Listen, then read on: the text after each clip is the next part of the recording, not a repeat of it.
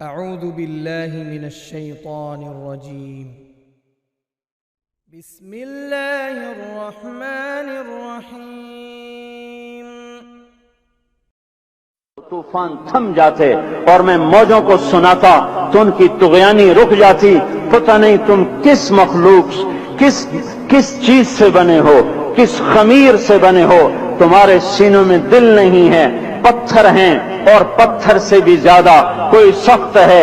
اشد قسوۃ من الحجارہ، پتھر بھی اللہ کی ہیبت سے لرزتا ہے اور کانپتا ہے، پر تم کون سے انسان ہو، کیسے سینوں میں دل لیے پھرتے ہو کہ 5 دفعہ اتنا بڑا بادشاہ تمہیں پکارے، حی علی الصلاۃ حی علی الصلاۃ۔ ایک تھانے دار پکارے گلستان کالونی کا کہ تمہارا سمن ہے آ جاؤ، تو سر پہ پاؤں رکھ کے بھاگے۔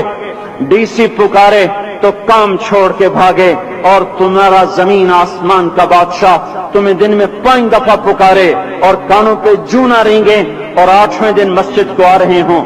کیا 8ویں دن کھانا کھایا ہے؟ کیا آج ہی پانی پیا ہے؟ کیا آج ہی چائے پی ہے؟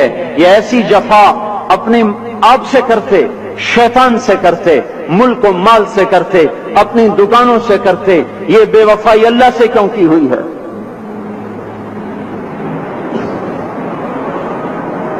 جس زمین پہ سجدہ نہ ادا ہو، اس سے بڑا بھی کوئی جرم ہے؟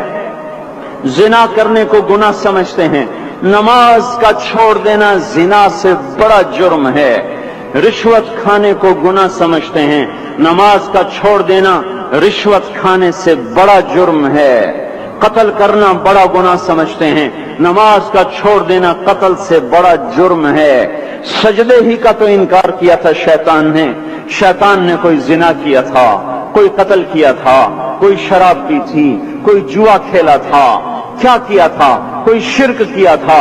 شیطان سجدے کا انکاری ہوا، ایک سجدے کا انکار کر کے وہ ہمیشہ کے لیے مردود ہو گیا۔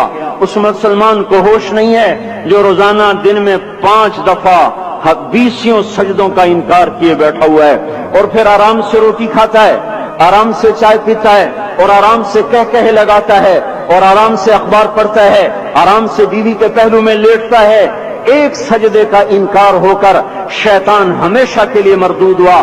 جس نے فجر کا انکار کیا سجدوں کا، پھر ظہر کے سجدوں کا مذاق اڑایا، پھر عصر کا مذاق اڑایا، پھر مغرب اور عشاء کا مذاق اڑایا۔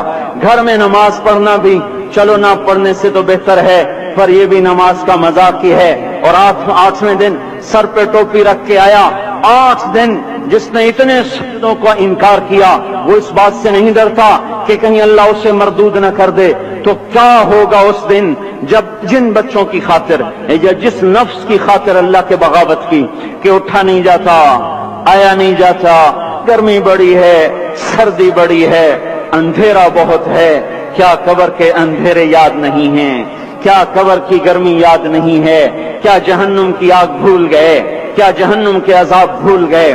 کیا جنت کی نعمتیں بھول گئے؟ وہ اللہ کا کلام بھول گئے، وہ اللہ کا دیدار بھول گئے، وہ اللہ سے ملاقات بھول گئے، وہ محبوب خدا کی محفل بھول گئے۔ یہ کیسا اسلام ہے؟ یہ کیسے پتھر دل ہیں جو کمانے میں تو ایسے مست ہوئے کہ ہوش نہیں، اور جب اللہ بلائے تو ایسے غافل ہو جائیں، نہ بوڑھے پر جوں رہیں گے، نہ جوان کو ہوش آئے، نہ کسی عورت کو ہوش آئے، نہ کسی مرد کو ہوش آئے، نہ بازار بند ہوں۔ ارے میرے بھائیو، حکومت سے پیسہ بچانے کے لیے ہڑتالیں کی، 20 دن بازار نہ کھولے، نماز کے لیے اگر دکانیں بند کرتے تو آج اللہ تعالیٰ آپ کو ہر ظالم سے باہر نکال دیتا۔ کوئی ظالم نہ آپ کے مال پہ ہاتھ ڈالتا، نہ آپ کی عزت و آبرو پہ ہاتھ ڈالتا۔ دن دہاڑے ڈاکے پڑے، کیوں پڑے؟ کہ ہم باغی ہو گئے، ہم نے اللہ سے بغاوت کر دی۔ کیا جمعے کے دن صرف اللہ بلاتا ہے؟ یہ جمعے میں اتنے کیوں آتے ہیں اور باقی دنوں میں کیوں نہیں آتے؟ یہ کیسی وفا ہے؟